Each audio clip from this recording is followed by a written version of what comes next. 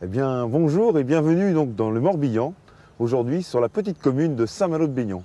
Une petite commune avec un petit étang de 4 hectares, un drôle d'étang. Vous verrez, avec une base nautique où derrière moi on peut voir un phare, car ici on y pratique une petite navigation électrique très rigolote pour le système touristique. Revenons un petit peu à la pêche. Aujourd'hui, je vous invite à découvrir les petites astuces de la pêche à l'anglaise. La pêche anglaise, importée en France dans les années 70, a certaines particularités. Bon nombre d'entre nous vont essayer cette technique-là, mais malheureusement, emmêlage, problème de sondage et amorçage sont 3 points auxquels nous allons vous faire découvrir. Je vous invite donc maintenant à venir me rejoindre juste au bord du plan d'eau. Moi, je vais essayer de pratiquer la pêche sur des très jolis gardons et pourquoi pas des petits carpeaux. A tout de suite au bord de l'eau.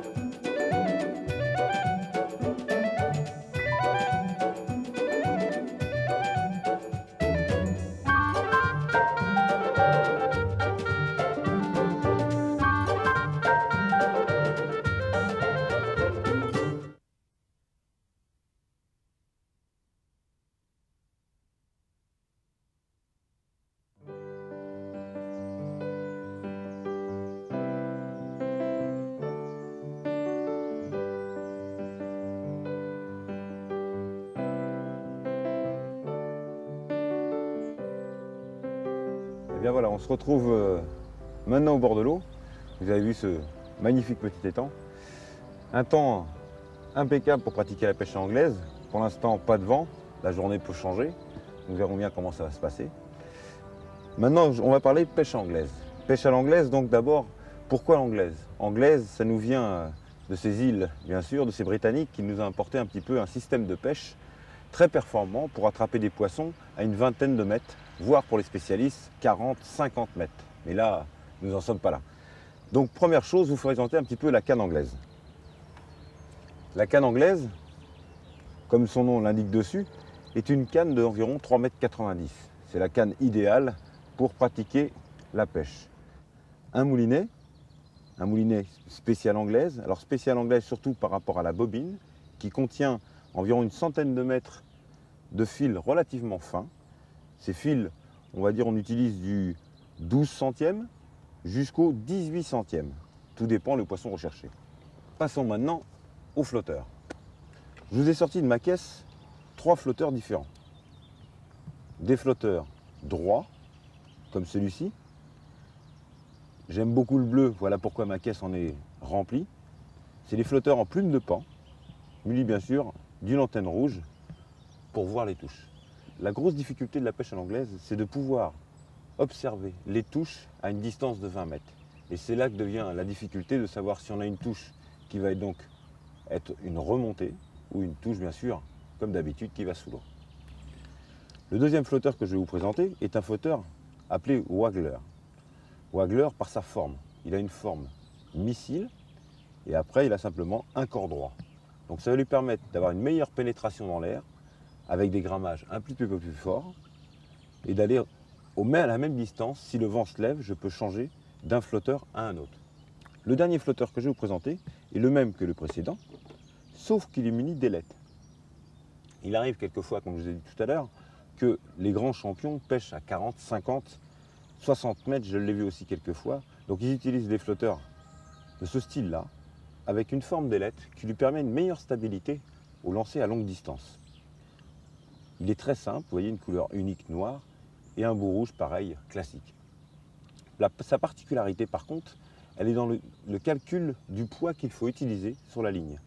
Un système de vis ici va nous permettre d'apercevoir 3 rondelles de grammage différents, de façon à mettre la ligne au poids que je veux, suivant la distance de pêche où je vais lancer, ou suivant la profondeur. Nous verrons peut-être ça tout à l'heure si le vent se lève. Mais pour l'instant, nous allons parler un petit peu plus de la ligne.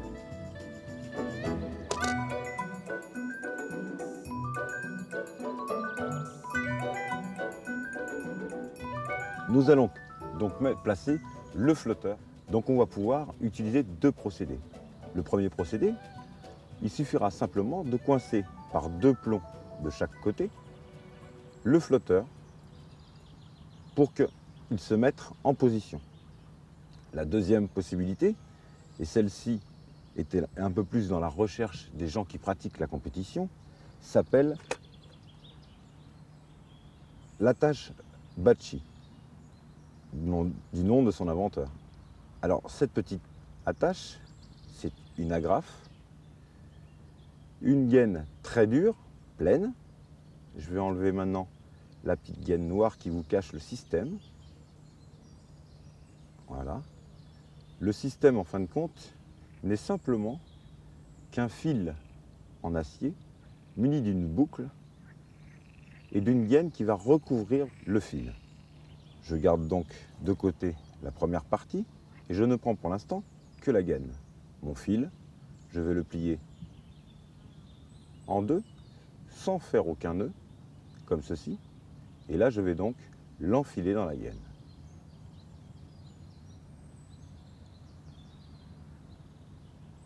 Un petit peu délicat.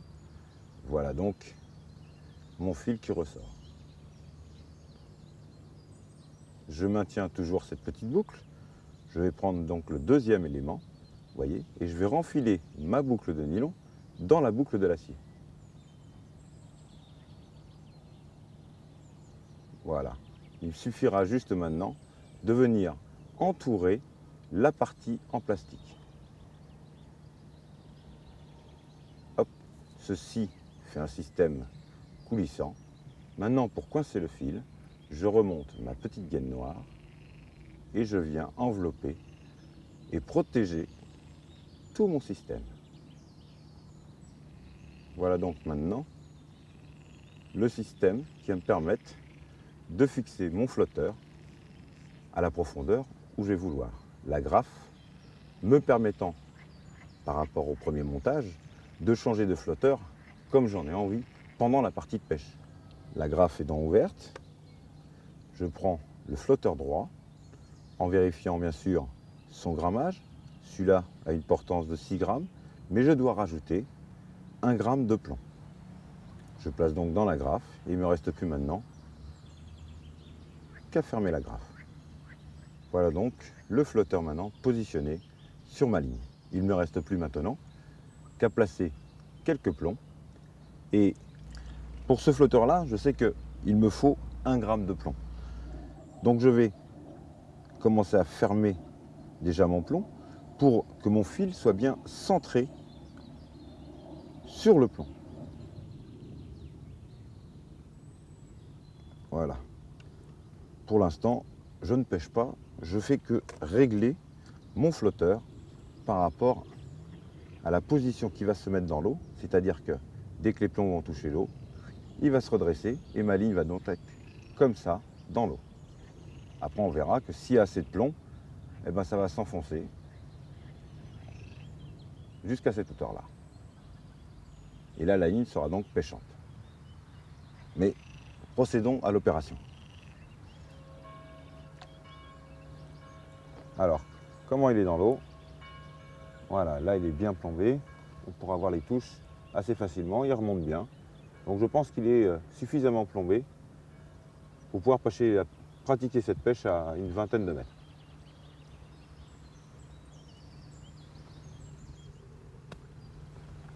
Pour sonder maintenant, très difficile pour certains pêcheurs de trouver le fond à une certaine distance du bord. Nous allons voir comment le flotteur réagit quand je mets les plombs près du flotteur, sa position normale. Une fois que j'aurai baissé les plombs, vous verrez en fin de compte comment le flotteur, là je descends 2 plombs, comment le flotteur va réagir dans l'eau. Il ne sera plus donc dans une position normale si ces 2 petits plombs touchent le fond. Voilà, après lancer, donc j'attends que ma ligne se mette en place. Voilà, voilà. Oh, je vois juste mon flotteur. Mes 2 petits plombs n'ont pas l'air de toucher le fond. Alors je vais ramener la ligne et puis je vais monter mon flotteur pour voir et remonter le plus important des plombs sous mon flotteur tout le temps. Alors maintenant je vais relancer à la même distance pour voir si j'ai trouvé le fond. Ah, ça y est, je vois enfin plus haut que l'antenne. Comme on peut voir, vous voyez, il est complètement décollé du fond. Donc mes deux petits plombs touchent vraiment maintenant le fond. Donc maintenant, j'ai la profondeur. Alors, pour pouvoir pêcher à l'anglaise, bien sûr, c'est une pêche au cou. Nous allons donc amorcer avec une amorce très simple. Je ne me complique pas à mélanger quelques farines. J'ai juste été acheter 2 paquets d'appâts. Un spécial pour l'anglaise, qui a une granulométrie assez forte, et un pour le gardon, parce que ces petits étangs, il y a souvent beaucoup de gardons. Un petit arôme concentré caramel vanille. Ça, c'est la partie amorce. Je vais mélanger tout ça, mettre un petit peu de ce produit-là, mélanger tout ça avec de l'eau pour avoir une pâte, comme d'habitude, collante, pour pouvoir l'envoyer avec une fronde. L'anglaise, c'est avant tout un plaisir d'une pêche tranquille, où on prend son temps d'observer la nature et d'attraper les poissons. Donc avec un asticot rouge, on va voir un petit peu si les petits poissons sont arrivés. Je freine, hop, avec mon index, tac, 2 tours de manivelle, un petit coup sec pour noyer tout le fil entre ma canne et mon flotteur. Et maintenant, une boule d'amorce, voilà, pas trop grosse, hein, la taille d'un œuf à peu près. Gardez toujours la même forme de boule, celle-là va bien s'adapter à votre godet. Vous prenez le godet main entière, sans l'écraser, simplement pour tendre les élastiques, bras tendus, voilà, et j'accompagne avec le poignet. Hop. Ah, raté, première touche. Elle est ratée. Pas être trop rapide sur le ferrage de touche. Bien voir un peu si c'est une vraie touche de gardon, une touche de brème. Ça pêche quand même à une distance d'une bonne vingtaine de mètres. À l'anglaise, on pêche à peu près tous les poissons qu'on pêche à la canne au cou, hein. Que ce soit le gardon, bien sûr, la brème, mais on va surtout rechercher des poissons de forte taille. Par contre, l'anglaise aussi peut aider dans des petits plans d'eau comme ça, où le fond n'est pas très profond sur une très grande distance. Imaginez qu'on a 20 mètres où il n'y a que 50 cm d'eau, avec une canne au cou, on ne peut pas y accéder. Tandis que grâce à cet avantage d'avoir un moulinet sur la canne, on peut quand même chercher une profondeur d'1 mètre, 1,50 m, ce qui est le cas sur le coup qu'on pêche aujourd'hui. La particularité de la pêche à l'anglaise aussi, c'est de pouvoir attraper des très très gros poissons. Il est vrai que là je pratique avec du matériel relativement léger, mais il existe des cannes beaucoup plus puissantes que celle-ci. Là on utilise des fils voire en 24 centièmes, et on utilise des micro-bouillettes, donc des toutes petites bouillettes, un petit peu comme le système de la pêche à la carpe, qu'on monte sur un cheveu, et on pêche les carpeaux de 2, 3, 4 kg, voire des 6 kg. Il arrive fréquemment que certains de mes confrères qui sont carpistes utilisent cette technique-là. Et il me faut voir un petit peu qu'à l'anglaise, on fait des très jolis poissons.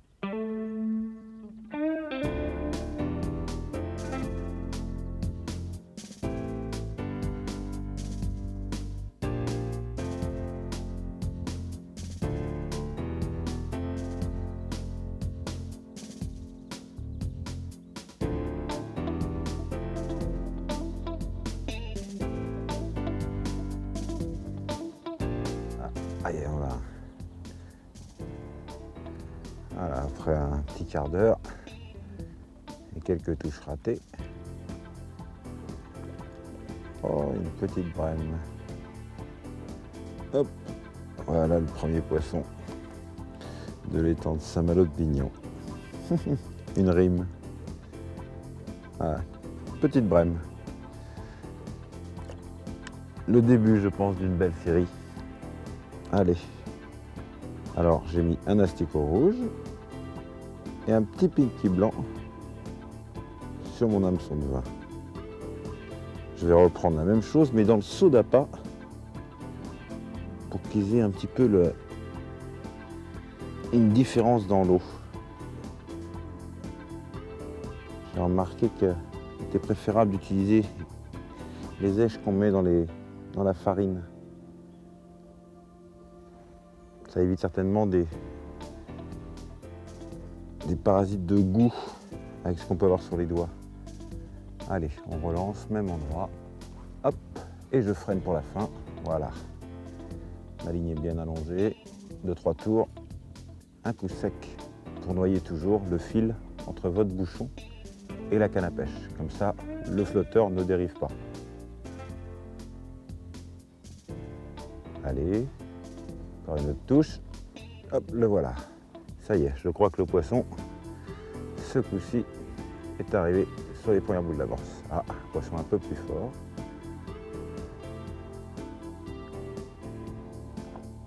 Ah. Un peu plus vivace. Ça ferait des jolis petits vifs à des petites hop là, des petites brèmes.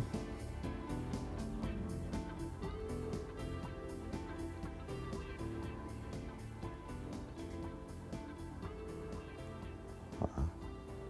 Petite brème, hop là.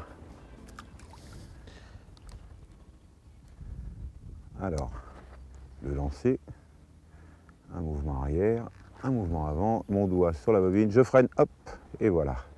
Ma ligne est bien tendue derrière, je mets dans l'eau et un petit coup sec.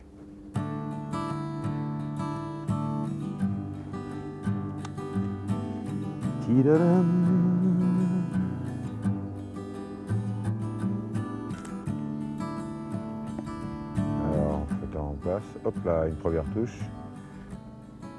Allez, vas-y, hop, et voilà. Un autre petit poisson. Beaucoup de petits poissons. Un petit gardon. Hop. Alors, une petite chose que j'ai oublié de vous dire, c'est de changer souvent votre hameçon et votre bas de ligne. Il n'est pas rare de voir certains pêcheurs en cours de pêche, hop, sauve-toi toi, en cours de pêche se retrouver avec beaucoup de touches et après les touches décrocher ou casser. Il ne faut pas hésiter à changer votre bas de ligne, c'est-à-dire que la partie qui est en dessous les mérillons, je rappelle, avec l'hameçon, à le changer tous les 10 poissons, on va dire. Hein, en compétition, certains compétiteurs le changent tous les 3-4 poissons. La pointe de l'hameçon s'émousse sur les lèvres des brèmes ou des gardons. Et je vous conseille de changer régulièrement cette partie-là qui est quand même la plus fragile de la ligne. Hop, en place, voilà. Une petite boulette pour le rappel, sans trop la serrer. Je me suis aperçu que depuis 1 heure que je faisais ce genre d'opération, j'avais un meilleur résultat. Le poisson restait beaucoup plus régulièrement et j'avais les touches beaucoup plus serrées.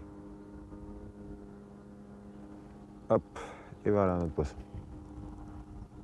Voilà, vraiment là maintenant, on perd plus de temps, c'est poisson sur poisson. C'est pas des gros, certes, mais c'est vraiment un petit plaisir au moulinet de faire des poissons avec des petits bas de ligne, des petits hameçons. C'est une pêche que j'aime particulièrement. Hop. Et une petite brème. Hop. Voilà. Ne bouge pas, je vais t'enlever ce qui te fait mal sur le palais. Hop. Et voilà. Alors, je recommence la manœuvre. Je mets en place ma ligne, donc bien lancée devant mon repère visuel qui est le saule là-bas. Allez, une dernière fois. Elle l'a remonté. Vas-y, coule-le.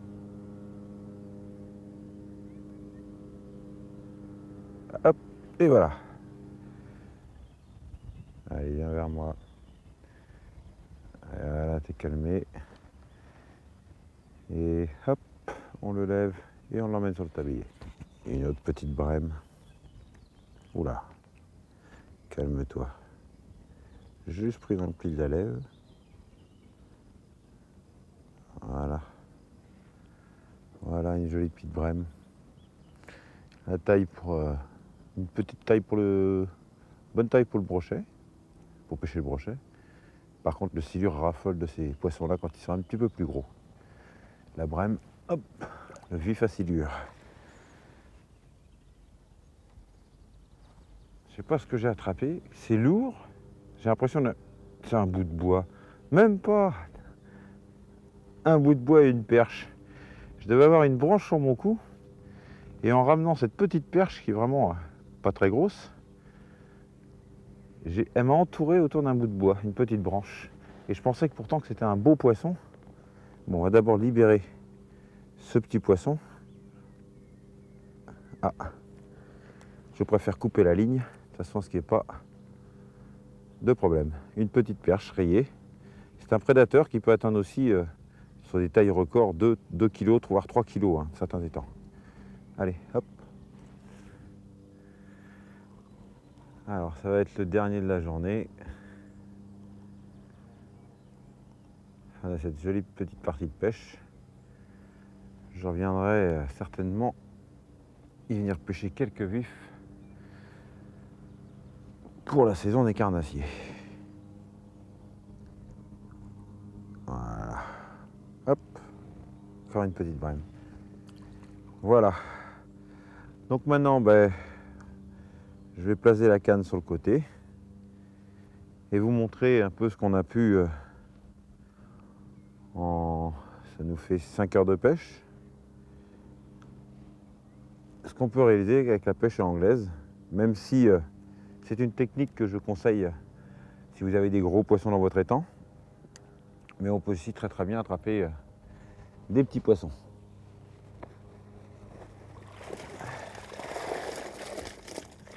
Voilà une petite friture à l'anglaise. Alors je vais les mettre dans le seau pour vous présenter un petit peu cette jolie partie de pêche qui, je pense, l'été doit, même toute l'année, doit intéresser beaucoup de pêcheurs qui viennent y séjourner au camping. Voilà, donc un seau plein de friture, une petite perche rayée qui m'embête aussi, hein, j'ai réussi à attraper à l'asticot. Voilà, une petite brème, un petit hybride, très nerveux, avec quelques marques, mais je pense que c'est un peu la bourriche. Il y en a plus que je ne le pensais. On a aussi les petits gardons, nos petits gardons. Tout ça font partie de la famille des cyprinidés, donc des poissons blancs, sauf la perche que je vous ai présentée tout de suite. Voilà, famille des perchidés. Hein, il y a plusieurs espèces dans les poissons blancs, dans les cyprinidés. La carpe en fait partie aussi. Hein. Donc là, c'est une petite pêche sympa, on va dire. Allez, on va les relâcher avant qu'ils tournent de l'œil, ce qui fait très lourd aujourd'hui. Bien sûr, hop, on va rentrer légèrement dans l'eau. Voilà, pour mettre le seau et attendre que les poissons d'eux-mêmes retrouvent une fraîcheur et une oxygénation qui leur permettra de sortir de mon seau. Voilà, petite brème, les petites brèmes. Voilà. Oh yeah. Allez, sauvez-vous. À la prochaine fois. À la prochaine fois sur ce petit étang de Saint-Malo-de-Bignon. Donc comme je vous le dis, hein, c'est un étang où vous pouvez venir passer vraiment un week-end complet de pêche grâce à cet aménagement touristique qui fera plaisir aussi bien à vos enfants qu'à vos époux. Il y a quand même toute la visite dans la forêt de Brocéliande qui peut être très intéressant. Voilà. Donc j'espère que vous avez encore passé un bon moment à découvrir cette technique de pêche qui est la pêche à l'anglaise. Découvrir, je ne pense pas pour certains, mais pour les débutants ou les novices ou les jeunes. Par contre, un site magnifique, même si l'étang est riche en petits poissons, on n'a pas eu la chance de faire des très gros poissons. On a quand même passé un agréable moment, on a été reçus très bien dans ce petit village de Saint-Malo-de-Bignon, dans le Morbihan. A bientôt dans la forêt de Brocéliande pour de nouvelles aventures.